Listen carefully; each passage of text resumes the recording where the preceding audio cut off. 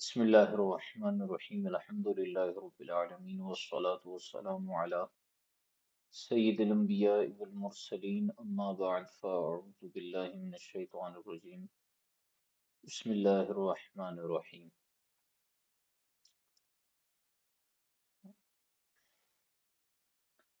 آج ہم جو ہے وہ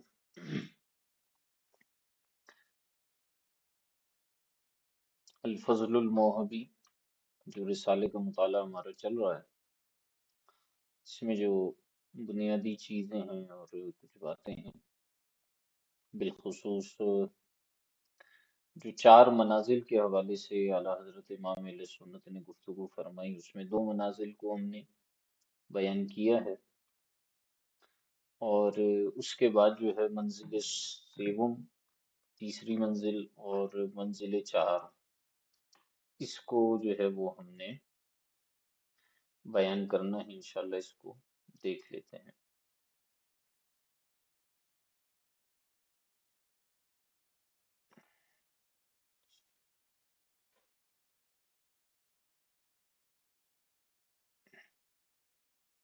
شروع کر لیتے ہیں۔ منزل دوم اور منزل اول ہم نے دیکھ لیا تھا۔ تیسری منزل، بات وہی چل رہی تھی پیچھے کہ اگر کوئی شخص یہ دعویٰ کرتا ہے کہ یہ حدیث مذہب امام میں سے اس حدیث کو ہونا چاہیے، تو پھر جو مدعی ہوگا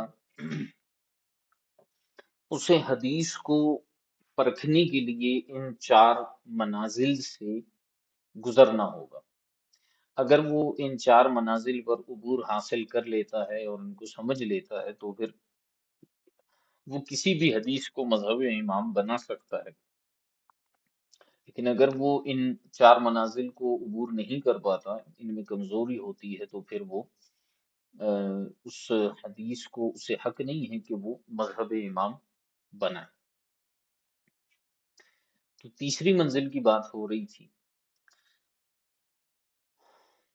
اعلیٰ حضرت رحمۃ اللہ تعالی علیہ ارشاد فرماتے ہیں، اب علل خفیہ و غوامض دقیقہ پر نظر کرے جس پر صدہا سال سے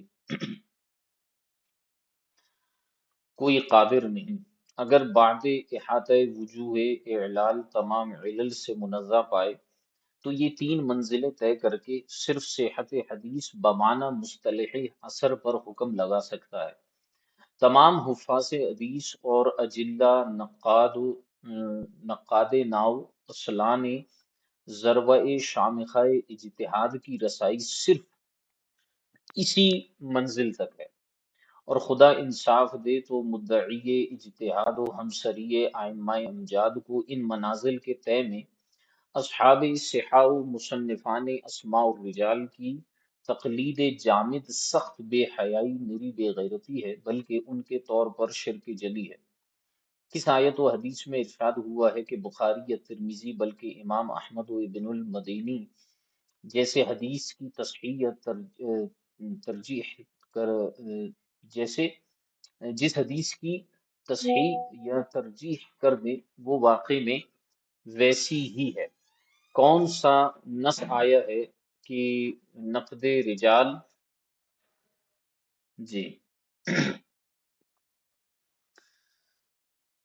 جس حدیث کی تصحیح یا ترجیح کر دیں یا تجریح کر دیں وہ واقع میں ویسی ہی ہے؟ کون سا نص آیا ہے کہ نقد رجال میں ذہبی و اسقلانی بلکہ نسائی و ابن عدی و دار قطنی بلکہ یحییٰ قطان و یحییٰ بن معین و شعبہ و ابن مہدی جو کچھ کہہ دیں وہی حق جلی ہے، جب خود احکام الہیہ کے پہچاننے میں ان اکابر کی تقلید نہ ٹھہری جو ان سے بدرجہ عرفہ و اعلیٰ و اعلم و اعظم تھے، جن کے یہ حضرات اور ان کے امثال مقلد و متبع ہوتے، جن کے درجات رفیعہ امامت انہیں مسلم تھے، تو ان سے کم درجہ امور میں ان اکابر سے نہایت پست مرتبہ اشخاص کی ٹھیٹھ تقلید، یعنی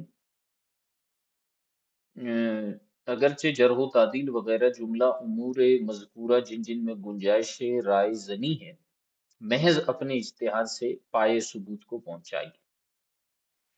اب اس منزل کے اندر امام اہل سنت نے پہلے تو اس منزل کی بات کی، اور اس کے بعد جو ہے وہ امام اہل سنت نے تھوڑا سا غیر مقلدین وہابیہ جو ہیں، جو اس بات کا دعویٰ کرتے ہیں کہ کسی بھی امام کی تقلید جائز نہیں ہے، انہی کی کچھ غلطیوں کو بیان فرماتے ہیں۔ تو تھوڑا سا ہم خلاصے کی طرف چلتے ہیں تاکہ ہمیں آسانی ہو۔ تو خلاصے میں آپ ذرا دیکھیے گا، ارشاد فرماتے ہیں کہ جو شخص کسی حدیث کو مذہب امام کے خلاف پا کر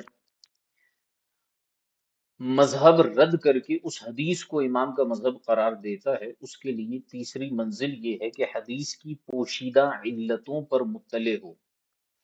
اس کو علل خفیہ کہتے ہیں۔ دیکھیے، حدیث میں بعض علل وہ ہوتے ہیں، علل حدیث یہ پورا ایک علم ہے۔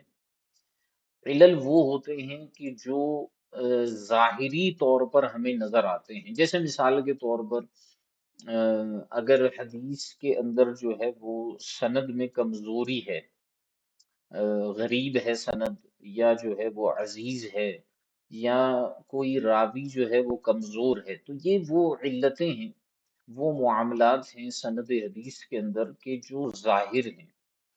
بعض علل وہ ہوتے ہیں جو علل خفیہ ہوتے ہیں، ٹھیک ہے۔ ان کے لیے بعض محدثین تو یہاں تک بھی فرماتے ہیں کہ ایسی کنڈیشن ہوتی ہے بعض اوقات کہ محدث کو نظر آ رہا ہوتا ہے، سمجھ میں آ رہا ہوتا ہے کہ اس حدیث میں اور اس کی سند میں علت ہے، یعنی کوئی نہ کوئی ایسی بات ہے جس کی وجہ سے اسے قابل حجت ہم نہیں بنا سکتے، لیکن بعض اوقات اس کو بیان کرنے کے لیے الفاظ بھی نہیں ہوتے۔ اسی کو علل خفیہ کہتے ہیں کہ انتہائی پوشیدگی اس کے اندر ہوتی ہے، اور اگر اس کی تفصیل میں جائیں تو پھر بہت ساری چیزیں جو ہے محدثین بیان کرتے ہیں کہ اس کے اندر علت خفیہ پائی جاتی ہے۔ تو پہلی منزل تو یہ تھی کہ آپ کو راویوں کے حال احوال معلوم ہوں، اور اس منزل پر پہنچ کر آپ حدیث کی سند کو چیک کر سکتے ہیں۔ دوسری منزل میں جب آپ آئیں گے تو حدیث کی جتنی قسمیں اور جتنی کتابیں ہیں ان سب کو آپ نے چیک کرنا ہوتا ہے۔ اور تیسری منزل میں آ کر وہ علتیں جو بالکل پوشیدہ ہوتی ہیں حدیث کے اندر، وہ آپ کو جو ہے چیک کرنی ہوتی ہیں۔ تو فرماتے ہیں کہ اس کے لیے تیسری منزل یہ ہے کہ حدیث کی پوشیدہ علتوں پر مطلع ہو، کیونکہ بہت دفعہ ہوتا ہے کہ حدیث اصولوں کے اعتبار سے صحیح ہوتی ہے، مگر اس میں ایسی باریک پوشیدہ چیزیں ہوتی ہیں جو حدیث قبول کر کے قبول مقبول ہونے میں خرابی ڈالتی ہیں۔ ان پوشیدہ چیزوں پر مطلع ہونا انتہائی پیچیدہ کام ہے۔ کئی سو سالوں سے اس کام پر کوئی قادر شخص نہیں پایا گیا۔ ذرا سمجھیے گا، کئی صدیوں سے اس پر کوئی قادر شخص پایا نہیں گیا جو علل خفیہ پر مکمل قدرت اور دسترس حاصل کر سکتا ہو۔ اور اگر کوئی شخص بالفرض علتوں کی تمام وجوہات کا احاطہ کرنے کے بعد کسی حدیث کو تمام علتوں سے پاک مانے، تو یہ تین منزلیں طے کرنے کے بعد وہ صرف اتنا کہہ سکتا ہے کہ یہ حدیث اصول حدیث کے اعتبار سے صحیح ہے۔ اگر کوئی شخص اس تیسری منزل کو بھی کراس کر لیتا ہے، پاس کر لیتا ہے، اور علتوں کو بھی جان لیتا ہے، اور کسی ایک حدیث کے بارے میں کہہ دیتا ہے کہ بھئی اس کے راوی بھی صحیح ہیں، یہ فلاں فلاں کتابوں میں حدیث پائی جاتی ہے، اس کی سند یہ ہے، اور اس میں کوئی علت خفیہ بھی نہیں ہے، یہ تین منزلیں طے کرنے کے بعد بھی بندہ صرف حدیث کے بارے میں یہ کہہ سکتا ہے کہ یہ حدیث اصول حدیث کے اعتبار سے صحیح ہے، ٹھیک ہے۔ صحت مصطلح اثر والی جو ہے وہ یہاں پر پائی جا رہی ہے۔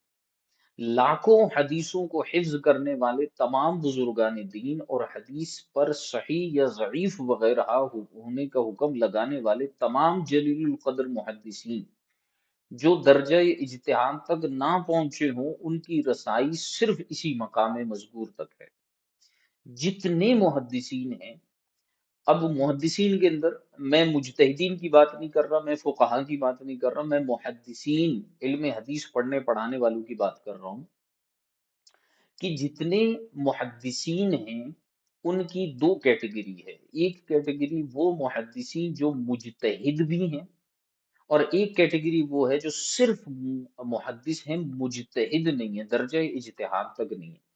تو اعلیٰ حضرت امام علیہ سنت فرماتے ہیں کہ لاکھوں لاکھ وہ محدثین جو لاکھوں حدیثوں کو حفظ کرنے والے ہیں اور حدیث جو ہے وہ پڑھنے پڑھانے والے ہیں، لیکن مجتہد نہیں ہے نا، تو ان کی رسائی صرف اسی مقام تک ہے، یعنی تیسرے منزل تک ہے، وہ چوتھے منزل تک نہیں پہنچنے والے۔ ٹھیک ہے، جو حدیث کی سند کو جانتے ہیں، جو حدیث کے متن کو جانتے ہیں، جو حدیث کے اندر علل خفیہ کو جاننے والے ہیں، زیادہ سے زیادہ ان کی رسائی تیسرے مقام تک، تیسری منزل تک ہے، چوتھے مقام تک ان کی رسائی نہیں ہے۔ اب یہاں سے اعلیٰ حضرت رحمت اللہ تعالی علیہ نے کیا کیا کہ جو منکرین تقلید ہیں ان پر جو ہے اعلیٰ حضرت نے ایک اعتراض بیان کیا، غیر مقلدین کے اوپر ایک بہت بڑا اعتراض ہے اور آپ کو بہت کام آنے والا ہے۔ فرماتے ہیں کہ غیر مقلد وہابیوں کی حالت یہ ہے کہ ان میں سے ہر غیر مقلد وہابی ہر ایک چند حدیثیں پڑھ کر اپنے آپ کو مجتہد سمجھتا ہے، اور جلیل القدر مجتہدین کی بات ہو رہی ہے، جلیل القدر مجتہدین کے ساتھ برابری کا دعویٰ کرتا ہے کہ جی امام اعظم بھی ہم جیسے تھے، امام شافعی بھی ہم جیسے تھے، امام مالک بھی ہم جیسے تھے۔ چند حدیثیں پڑھ کر وہ کیا کرتا ہے، اپنے آپ کو مجتہد سمجھنے لگ جاتا ہے اور جلیل القدر مجتہدین کے ساتھ برابری کا دعویٰ کرتا ہے اور تقلید کو شرک کہتا ہے۔ حالانکہ ابھی تک جو ہم نے منزلیں بیان کی ہیں ان تک پہنچنے کے لیے بھی یہ منکر تقلید حدیث کی کتابیں لکھنے والے محدثین اور اسماء الرجال کے اماموں کی تقلید کر کے ہی پہنچتا ہے۔ یعنی بالفرض اگر کوئی غیر مقلد ان تین منزلوں تک بھی پہنچے، تو اب ذرا میرا آپ سے سوال ہے، پہلی منزل کو دیکھیے، پہلی منزل کے اندر ہم نے یہ چیز دیکھی تھی کہ پہلی منزل میں جناب والا جو حدیث کے راوی ہیں ان کے حالات معلوم ہونے چاہیے، یہ پہلی منزل ہے۔ ہم پیچھے جا رہے ہیں، پہلی منزل کو دیکھتے ہیں۔ پہلی منزل کے بارے میں ہم نے کیا کہا کہ راویوں کے قابل اعتماد ہونے میں، سچائی میں، حافظے اور یاد کرنے میں، یہ ان کے مراتب معلوم ہو، ٹھیک ہے۔ دوسری منزل میں ہم نے کیا دیکھا تھا؟ دوسری منزل میں ہم نے یہ دیکھا تھا کہ حدیث کی جتنی کتابیں اور جتنی قسمیں ہیں ان سب کا اسے معلوم ہونا ضروری ہے، اور یہ حدیث کس کس کتاب میں ہے اور کس کس مقام پر کس کس الفاظ کے ساتھ ہے اس کا اسے معلوم ہونا ضروری ہے۔ اچھا، تیسری جو ہے وہ جو منزل ہے اس میں ہم نے یہ دیکھا کہ علل خفیہ پر مطلع ہو۔ اعلیٰ حضرت رحمت اللہ تعالی علیہ وہابیہ پر اعتراض کرتے ہیں کہ یہ چند حدیثیں پڑھ کر اپنے آپ کو مجتہد سمجھتے ہیں، اور جلیل القدر مجتہدین امام اعظم، امام شافعی، امام مالک، امام احمد بن حنبل ان کے اوپر جو ہے وہ ان کی برابری کا دعویٰ کرتے ہیں۔ لیکن اگر غور کیا جائے کہ جو منزلیں ہم نے بیان کی ہیں ان تک پہنچا کیسے جا سکتا ہے؟ راویوں کے حالات جاننے کے لیے آپ کو جو ہے علماء کی کتابیں پڑھنی پڑیں گی۔ مثال کے طور پر امام ابن حجر اسقلانی کو پڑھنا پڑے گا، امام زاہبی کو پڑھنا پڑے گا، ٹھیک ہے۔ اچھا، حدیث کی کتابیں جنہوں نے لکھی ہیں، امام بخاری ہوں، امام مسلم ہوں، سنن نسائی والے ہوں، یعنی صحاح ستہ والے ہوں یا جو بھی ہوں، حدیث کی کتابیں اور حدیث کی معلومات آپ کو وہاں سے ملے گی۔ اسی طرح علل خفیہ کے لیے آپ کو امام دار قطنی اور جو دیگر بڑے بڑے جو ہے محدثین گزرے ہیں جو ان علوم کے اندر مہارت حاصل کرنے والے تھے، آپ کو ان کے اقوال کو پڑھنا پڑے گا۔ تو میرے بھائی کسی حدیث کو آپ اپنی طرف سے تو کہہ ہی نہیں سکتے کہ یہ صحیح ہے یا ضعیف ہے جب تک آپ کو محدثین، ائمہ محدثین کی تقلید نہ کرنی پڑے کہ فلاں کے بارے میں امام بخاری نے یہ کہا، فلاں کے بارے میں امام مسلم نے یہ کہا، فلاں کی حدیث کو امام ابو داؤد نے جو ہے نقل کیا یا نہیں کیا، فلاں راوی کے بارے میں جو ہے امام زاہبی نے یہ کہا ہے، فلاں کی حدیث کو جو ہے فلاں مثال کے طور پر امام دار قطنی نے معلل قرار دیا۔ تو آپ اپنی طرف سے تو کچھ کہہ نہیں سکتے، وہ سارے اصول اور قواعد جو علم اصول حدیث کے ہیں وہ سارے کے سارے انہی ائمہ کے ہیں، تو آپ تو ان کی تقلید کر رہے ہیں اور ہمیں ہی کہتے ہیں کہ تقلید کرنا جو ہے وہ شرک ہے اور حرام ہے۔ تو دیکھیے اعلیٰ حضرت فرماتے ہیں کہ حالانکہ ابھی تک جو ہم نے منزلیں بیان کی ہیں ان تک پہنچنے کے لیے بھی یہ منکر تقلید حدیث کی کتابیں لکھنے والے محدثین اور اسماء الرجال کے اماموں کی تقلید کر کے ہی پہنچتا ہے۔ یعنی محدثین کسی حدیث یا راوی کو ضعیف کہیں تو وہابی تقلید کرتے ہوئے ضعیف کہے گا، اور اگر محدثین صحیح کہیں تو وہابی اس حدیث یا راوی کو صحیح کہے گا۔ اور چونکہ وہابی اسی کو تقلید کہتے ہیں، لہذا تقلید کو حرام بلکہ شرک کہنا اور پھر خود ہی اس کا ارتکاب کرنا پرلے درجے کی بے حیائی اور بے غیرتی ہے۔ بلکہ وہابیوں کے مذہب کے مطابق تو شرک ہے، تو شرک میں تو حنفی شافعی مالکی حنبلی بعد میں مبتلا ہوں گے، پہلے وہابی مبتلا ہوں گے، کیونکہ وہ حدیثوں کو صحیح اور ضعیف کہنے میں جو ہے وہ تقلید کر رہے ہیں۔ اچھا، آج کل جو ہے وہابیہ کے ایک بڑے پیشوا کا نام لیا جاتا ہے ناصر الدین البانی، آپ نے اس کا نام سنا ہوگا۔ ناصر الدین البانی نے جو ہے صحاح ستہ کی جو احادیث مبارکہ ہیں ان کی تصحیح اور تضعیف کی ہے، اور وہاں بھی کہتے ہیں کہ جس حدیث پر ناصر الدین البانی کہتے کہ یہ صحیح ہے تو وہ صحیح ہے، جس کو ضعیف کہے تو وہ ضعیف ہے۔ ہمارا سوال یہ ہے کہ ناصر الدین البانی کوئی مجتہد ہے، انسان ہے، جانور ہے، کون ہے جس کی تقلید کرنا آپ کے لیے جائز ہے؟ لیکن امام اعظم ابو حنیفہ رحمۃ اللہ تعالی علیہ اور امام شافعی اور دیگر ائمہ اربعہ کی اگر ہم تقلید کرنے چلے تو وہ شرک ہو جاتی ہے۔ فرماتے ہیں کہ ہم پوچھتے ہیں کہ جب امام ابو حنیفہ اور دیگر اماموں کی تقلید تمہارے نزدیک شرک ہے تو کون سی حدیث یا آیت میں آیا ہے کہ امام بخاری یا امام ترمذی بلکہ امام احمد یا امام ابن مدینی کسی حدیث کو صحیح یا ضعیف کہہ دوں تو وہ حقیقتاً ایسی ہی ہوتی ہے؟ امام اعظم کی تقلید شرک، لیکن امام بخاری اگر کسی حدیث کو صحیح یا ضعیف کہہ دے تو وہ ایسی ہے؟ اور کون سی حدیث میں آیا ہے کہ راویوں کے بارے میں امام زاہبی و اسقلانی بلکہ ان سے اوپر کے امام نسائی و ابن عدی و دار قطنی بلکہ ان سے اوپر کے امام یحییٰ بن معین و شعبہ و ابن مہدی جو کچھ کہتے وہی واضح حق ہے؟ جب وہابیوں کے نزدیک احکام الہیہ پہچاننے میں ان بزرگوں کی تقلید جائز نہیں جو محدثین سے کئی درجے افضل و اعلیٰ اور زیادہ علم و عظمت والے ہیں، اور یہ محدثین جن بزرگوں کے مقلد و پیروکار ہیں اور محدثین خود ان مجتہدین کی بزرگی و عظمت کو تسلیم کرتے ہیں، تو احکام الہیہ پہچاننے سے چھوٹے کام یعنی حدیث یا راوی کو ضعیف یا صحیح کہنے میں بڑے بزرگوں یعنی مجتہدین سے کم درجے رکھنے والوں یعنی محدثین کی تقلید کرتے ہیں، حالانکہ حدیث یا راوی سے متعلق صحت و ضعف کا حکم لگانے میں رائے کی گنجائش بہت زیادہ ہے، جبکہ احکام الہیہ پہچاننے کا میدان نہایت تنگ اور دشوار ہے۔ یعنی جن محدثین کو ہم دیکھتے ہیں، امام بخاری ہو گئے، امام مسلم ہو گئے، امام نسائی ہو گئے، یہ وہ افراد ہیں جو خود ہمارے ائمہ مجتہدین کے مقلدین یا ان کے تابع ہیں، ان کے پیروکار ہیں یا ان کے بعد آنے والے ہیں۔ وہ افراد جو ہیں امام بخاری اور مسلم کی وہابی جو ہے وہ تقلید کر لیتا ہے، لیکن ان سے کئی درجہ اعلیٰ اور افضل مجتہدین ائمہ جو ہیں، امام اعظم، امام شافعی، ان کی تقلید کرتے ہوئے ان کو درد اٹھتا ہے۔ حالانکہ حدیث میں اگر کسی حدیث کو آپ نے صحیح کو ضعیف کہہ دیا، ضعیف کو صحیح کہہ دیا تو اتنی بڑی کوئی قیامت نہیں آئے گی۔ احکام الہیہ کا میدان بڑا تنگ ہوتا ہے، بڑا دشوار ہوتا ہے، وہاں پر جو ہے وہ وہابیہ کسی کی تقلید کو جائز نہیں قرار دیتے۔ کتنی بے وقوفی والی باتیں ہیں۔ تو ایک مرتبہ تمام محدثین کی تقلید کو ترک کر کے کسی حدیث کے راویوں پر معتمد و غیر معتمد ہونے کا حکم لگا کر دکھائیں، ٹھیک ہے؟ ہمارا چیلنج ہے وہابیوں کو کہ وہ کسی محدث کی تقلید کیے بغیر امام بخاری، امام مسلم، امام نسائی، امام دار قطنی، یحییٰ بن معین، ان کی تقلید کیے بغیر کسی بھی حدیث کے راویوں کو آپ صحیح یا ضعیف قرار دے کر دکھائیں کہ میری تحقیق یہ ہے۔ آپ نہیں کر سکتے جب تک آپ ان کی کتابوں کا سہارا نہ لیں، جب تک آپ ان کی تقلید نہ کریں۔ تو جب تم ان کی تقلید کر تو رہے ہو تو پھر ان سے اعلیٰ اور عرفہ جو ائمہ ہیں ان کی تقلید کرتے ہوئے کیوں تمہیں تکلیفیں اٹھتی ہیں؟ ہرگز ہرگز وہابی یہ کبھی نہیں کر سکتے، اور بغیر محدثین کی تقلید کے ان کا گزارا نہیں ہو سکتا۔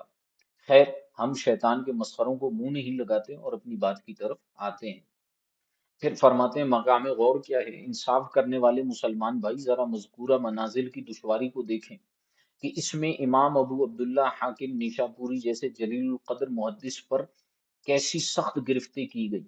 یہ اعلیٰ حضرت کچھ تاریخی چیزوں کے حوالے سے جو ہے وہ باتیں نقل کر رہے ہیں کہ امام ابو عبداللہ حاکم نیشا پوری پر حدیث کے معاملے میں کتنی سخت گرفت کی گئی اور ان پر کیسے کیسے اعتراض ہوئے۔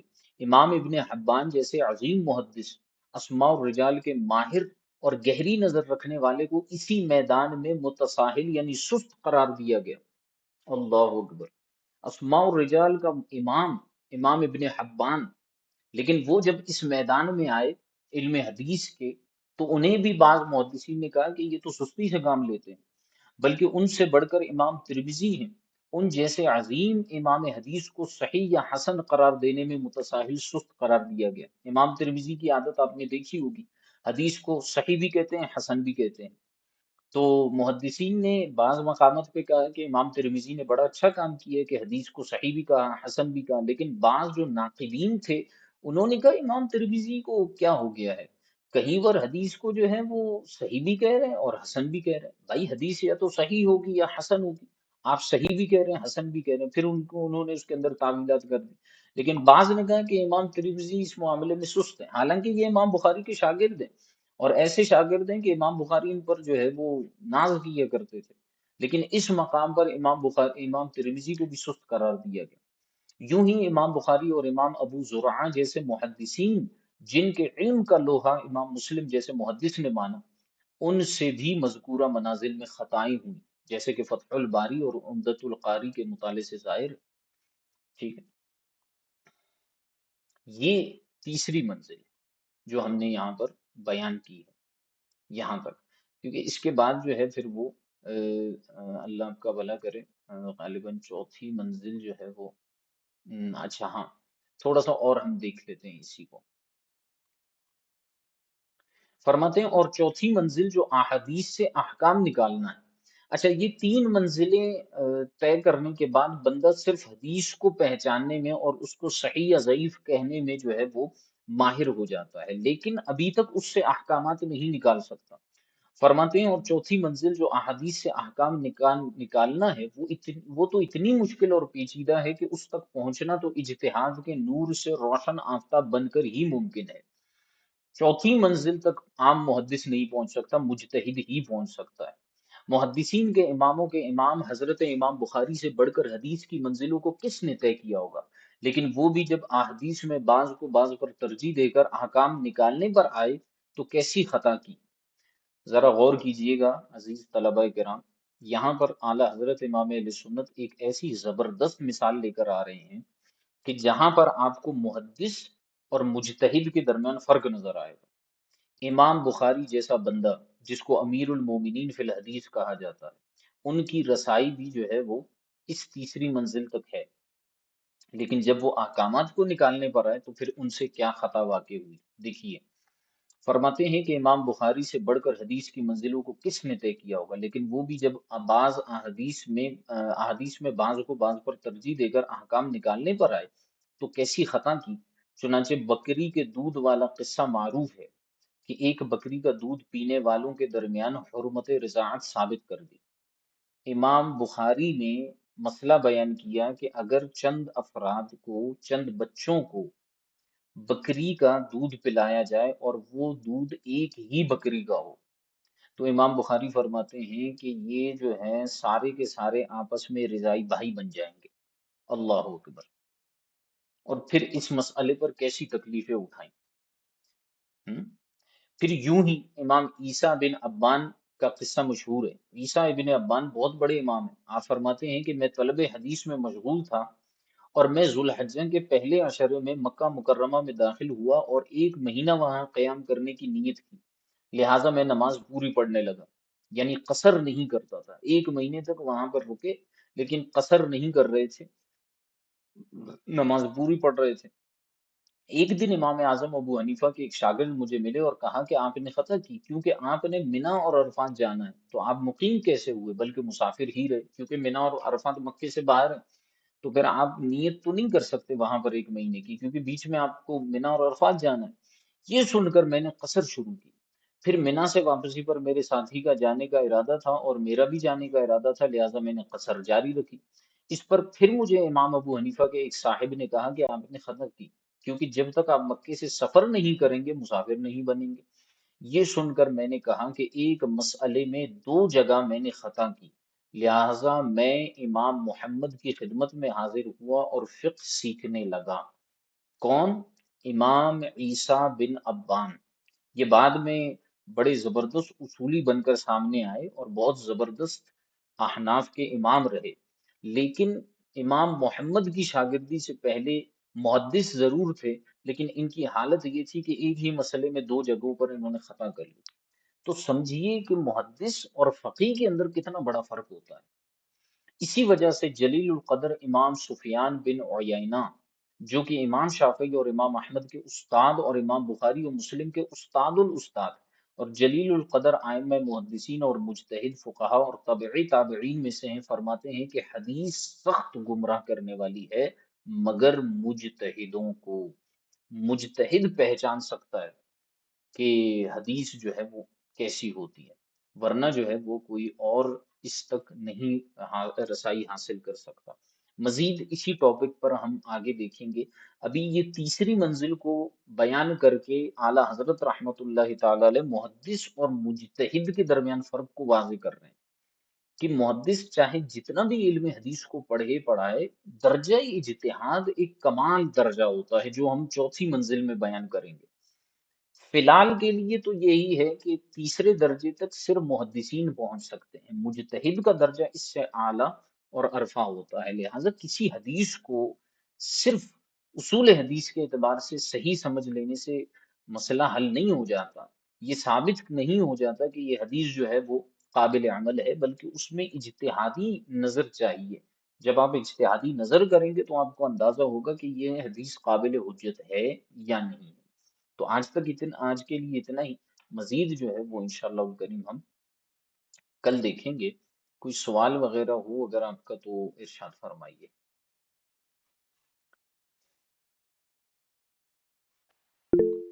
السلام علیکم ورحمۃ اللہ وبرکاتہ۔ وعلیکم السلام ورحمۃ اللہ تعالی وبرکاتہ۔ استاد محترم، جو امام بخاری صاحب نے یہ مسئلہ بیان فرمایا تھا کہ ایک بکری کا دودھ دو بچوں نے پیا یا چند بچوں نے پیا تو رضاعت ثابت ہو جاتی ہے، تو اس کے بارے میں اب کیا حکم ہوگا؟ مثلا انہوں نے رجوع فرمایا تھا یا کیا کیا تھا انہوں نے؟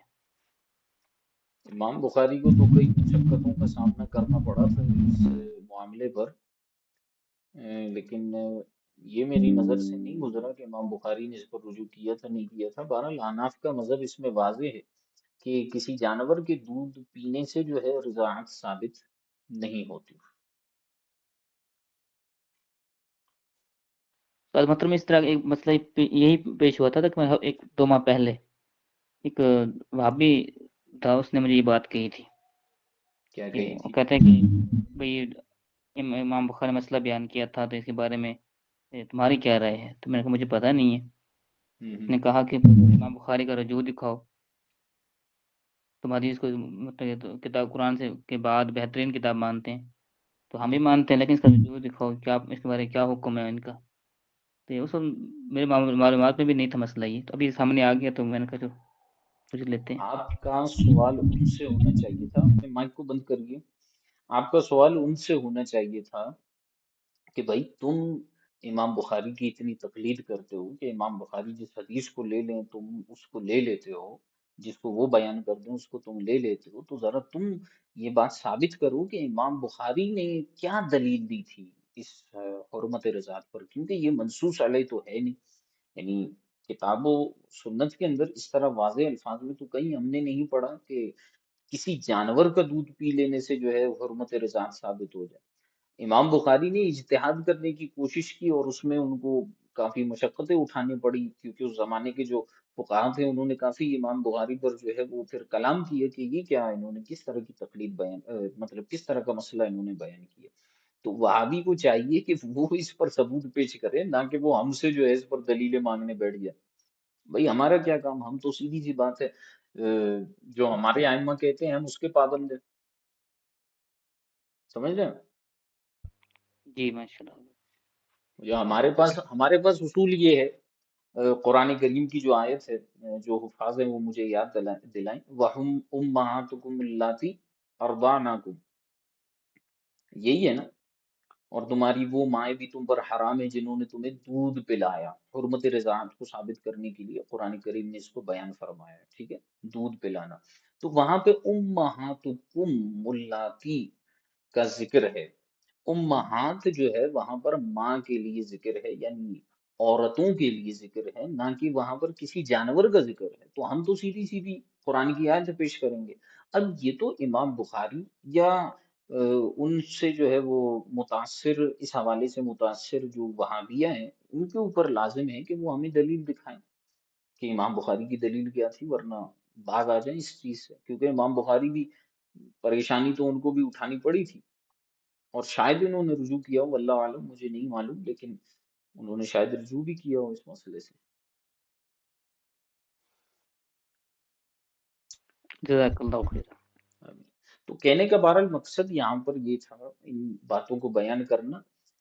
اس میں ان آئمہ کی معاذ اللہ جو ہے وہ شان میں کمی کرنا مقصود نہیں تھا اعلیٰ حضرت کا، بلکہ یہاں پر اعلیٰ حضرت رحمۃ اللہ تعالی علیہ کا مقصد یہ تھا کہ دیکھیے، محدث جو ہوتا ہے نا، اس کا ایک لیول ہوتا ہے علم حدیث کو پڑھنے پڑھانے کا، لیکن جو اصل مقام اور مرتبہ ہوتا ہے نا احادیث سے تخریج کرنے کا، مسائل کا، اور اسی طرح احکامات کو بیان کرنے کا جو مسئلہ ہوتا ہے، اس میں صرف محدث ہونا کافی نہیں ہے، بلکہ مجتہد ہونا کافی ہے، جو ہم چوتھے لیول میں آ کر چوتھی منزل میں بیان کریں گے انشاءاللہ. جی، اور کوئی سوال وغیرہ کرنا چاہیں تو کر سکتے ہیں.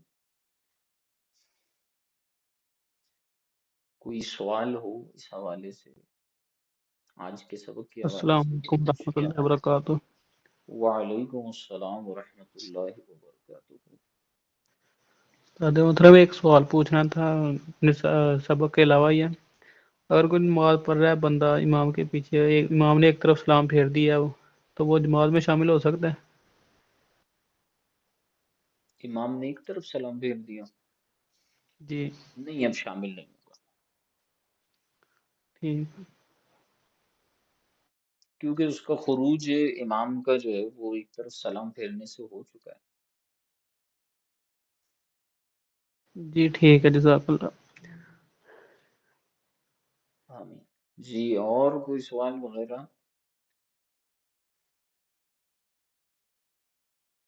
السلام علیکم ورحمۃ اللہ وبرکاتہ. وعلیکم السلام ورحمۃ اللہ. حضور یہ اقامت جو ہے یہ نماز کا حصہ ہے، مطلب کہ اقامت جب کہی جاتی ہے تو اس کے بعد بس اوقات لوگ جو ہیں وہ صفحے سیدھی کروانا شروع کر دیتے ہیں ہم، تو بولنا شروع کر دیتے ہیں، تو ایسا ہے کہ اقامت کے بعد جو ہے وہ بولنا نہیں چاہیے؟ امام تو اس میں بول سکتا ہے، اور مقتدی بھی ضرورتاً گفتگو کر سکتا ہے، بلا وجہ تو ویسے ہی بولنا نہیں چاہیے. مطلب کہ صفحے سیدھی کر دو یا موبائل بند کر دو، اس طرح سے ہاں، کہہ کہنا سکتے ہیں. مقتدیوں مطلب کا. مثال کے طور پر مقتدی ہے، وہ کسی کو کہتا ہے بھائی آگے آ جاؤ، یا کسی بچے کو کہتا ہے کہ بیٹا آپ پیچھے چلے جائیں، تو مقتدی یوں کہہ سکتا ہے. امام کو تو باقاعدہ یہ حدیث مبارکہ سے جو ہے وہ ثابت ہے، نبی کریم صلی اللہ علیہ وسلم جو ہے وہ صفوف کو سیدھا کرنے کا حکم فرماتے تھے، صفوفکم. اور اسی طرح کے الفاظ بھی ہیں کہ جس طرح سے ملائکہ جو ہے وہ اپنی صفوں کو سیدھا کر رکھے ہوئے ہیں، اسی طرح ملائکہ کی طرح صفوں کو سیدھا کرو. یہ تو احادیث مبارکہ میں ہمیں ملتا ہے، تو وہ کر سکتے جی ہیں. ہاں، باقی یہ ہے کہ اگر اس کو جن فقہا نے یا جن علماء نے نماز کی طرح یا نماز کے حکم میں کہا ہے، تو اس کا مقصد یہ ہے کہ چونکہ یہ نماز سے بالکل متصل ہے، تو اس وجہ سے جو ہے وہ گویا کہ یہ نماز کی طرح ہے، بلا وجہ اس میں گفتگو نہیں کرنی چاہیے. جیسے کہ خطبے کے بارے میں بھی ہوتا ہے نا کہ ایسا ہے بندہ خطبے کے دوران، جیسے آپ نماز میں ہیں، تو اس کا مطلب ہرگز یہ نہیں ہے کہ آپ کچھ بھی نہیں کر سکتے. آپ کر سکتے ہیں، لیکن یہ ہے کہ اس میں جو نماز کی پابندیاں ہیں اسی طرح کرنے کی کوشش کریں. مطلب کہ اقامت کو جو ہے وہ فرض نماز کا حصہ سمجھا جائے. پھر میں وہی بات کر رہا ہوں، فرض نماز کا حصہ اس اعتبار سے سمجھے کہ چونکہ متصل ہے، تو چونکہ اب نماز شروع ہونے والی ہے تو آپ ساری چیزیں چھوڑ کر جو ہے وہ خاموشی اختیار کریں اور نماز امام کی نماز کے شروع کرنے کا انتظار کر لیں. اب آپ کو بلا وجہ گفتگو کرنے کی، شور شرابہ کرنے کی اجازت نہیں ہے، کیونکہ اب ایک کام جب شروع ہو چکا ہے، سب وہی کام کر رہے ہیں، تو آپ اسی کی طرف متوجہ ہو جائیں. اقامت کا مقصد جی بھی تو یہی ہے. ہاں، جی امام جزاکم اللہ. محمد رحمۃ اللہ تعالی علیہ سے ایک روایت ہے. امام محمد رحمۃ اللہ تعالی علیہ فرماتے ہیں کہ جب مقتدی جب یہ مؤذن کہے قد قامت الصلاۃ، تو فرمایا کہ امام جو ہے وہ تکبیر کہہ دے، اللہ اکبر کہہ دے، تکبیر تحریمہ کہہ دے. تو وہ بھی کمال اتصال کے حوالے سے امام محمد کا مسئلہ ہے، ورنہ امام جو ہے وہ تکبیر کے ختم ہونے کا انتظار کرے گا. تو اصل میں مقصد میرا یہ مسئلہ بیان کرنے کا بھی یہی تھا کہ اتصال بہت زیادہ ہے اقامت اور نماز میں. تو اس لیے جو ہے کوشش کریں کہ کوئی اور بات گفتگو کام نہ کرے. صاحب کے السلام آخر علیکم. کوئی مطلب جی نہیں. جی حضور. استاد صاحب کیا حال ہے؟ ٹھیک ہے. الحمدللہ، اللہ کا کرم. آپ سنائیں. اچھا استاد صاحب یہ عرض کرنی تھی کہ اگر یہ جو آنکھ کے اندر اگر دوائی ڈالتے ہیں کوئی ڈراپن وغیرہ تو اس سے روزہ ٹوٹ جاتا ہے روزے کی حالت میں، تو اگر کوئی شخص وضو کرتا ہے تو وضو کے دوران اگر آنکھیں کھلی رکھ کے یا ویسے ہی آنکھیں بند کبھی بار کھولتا بندہ وضو کرتے وقت جب منہ دھوتا ہے تو اس کے ذریعے اگر پانی چلا جائے حلق کے اندر محسوس بھی ہو تو کیسے روزہ ٹوٹ جائے گا؟ ہائے، آج کل بڑا یہ گرم موضوع چل رہا، آنکھ میں دوائی ڈالنے کا. اس میں جو ہے وہ جو علماء متقدمین ہیں ان کا موقف یہ ہے کہ آنکھ میں دوا ڈالنے سے جو ہے وہ وضو نہیں ٹوٹتا، روزہ نہیں ٹوٹتا. کیونکہ آنکھ میں جو جس چیز کو علماء نے منفذ قرار دیا ہے وہ اصل میں منفذ نہیں بلکہ مسام ہے، اور مسام جو ہے وہ منفذ سے چھوٹا ہوتا ہے. اور جن چیزوں کو منفذ قرار دیا گیا ہے تو وہ منفذ جو ہیں وہ اللہ کا بھلا کرے وہ بڑے ہوتے ہیں، مسام جو ہے وہ چھوٹا ہوتا ہے. تو میری تحقیق کے مطابق بھی یہ چونکہ علماء متقدمین کا مذہب ہے، زیادہ بہتر اور مناسب یہی ہے کہ روزہ نہ ٹوٹے. پھر اس میں کچھ تفصیلی ابحاث ہیں. میں نے تخصص سال دوم والوں کو اس کے حوالے سے کافی چیزیں بھیجی تھیں. انشاءاللہ کسی دن موقع ملا ہمیں تو ہم اس کو بیان کریں گے اللہ نے چاہا تو. باقی اگر کوئی اس مسئلے پر بھی عمل کر لے گا کہ آنکھ میں جو ہے وہ دوا ڈالنے سے روزہ ٹوٹ جاتا ہے، وہ اس مسئلے پر عمل کر لے، کوئی مسئلہ نہیں ہے، ہم اس کو ناجائز نہیں کہہ رہے. وہ بھی ایک تحقیق ہے. جس طرح سے اگر وضو کر رہے ہیں تو پھر پانی اگر محسوس ہوتا ہے بعض اوقات پتہ چلتا ہے کہ حلق کے اندر پانی یا ڈکار وغیرہ بہتی ہے اگر مطلب وضو کرتا ہے، بسا اوقات ایسے ہوتا ہے تو اس آنکھوں کے میں اندر پانی کیا ڈالنے سے جی آنکھوں جب وضو کرتے ہیں نا بعض اوقات آنکھیں نہیں، کھلی ہوتی ہیں یا وہ پھر اس بند کی بھی وجہ سے ہوتی تھوڑی. ہیں. آنکھوں میں پانی ڈالنے سے ڈکار محسوس ہوتا ہے، یہ میں پہلی بار سن رہا ہوں آپ سے مرتضیٰ بھائی. ہوتا ہے بعض اوقات میرے ساتھ ویسے ہوتا ہے، میں نے غور کیا ہے ویسے جب بھی وضو کروں نا تب ویسے محسوس ہے، آپ حالانکہ کی تو کیا ہی ذرا شان ہے. برابری. جی جی ویسے فرمائیں. کوئی مسئلہ تو نہیں اس سے. نہیں، اس میں مسئلہ کہاں سے ہوگا، کوئی مسئلہ جی نہیں. یہ جی جو علماء اکثر متقدمین ہیں ان کا اعتراض ہی یہی ہے جی کہ جو ہے وہ دوا ڈالنے سے روزہ ٹوٹ جاتا ہے اور پانی ڈالنے سے نہیں ٹوٹے گا، یہ کیسا ہو سکتا. ان کا اعتراض ہی یہی ہے.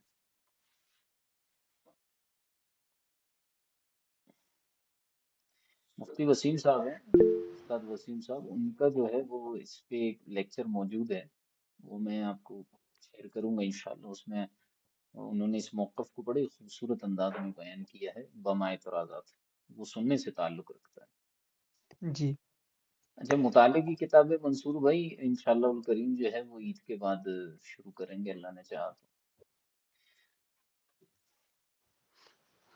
سر ایک سوال ہے کہ روزے کی حالت میں اگر کوئی بندہ سوتا ہے اور اس کے منہ سے خون جاری ہو جاتا ہے تو اور بعد میں جب وہ اٹھتا ہے اس کو محسوس ہوتا ہے خون حلق کے اندر، تو روزہ اس سے ٹوٹ جاتا ہے؟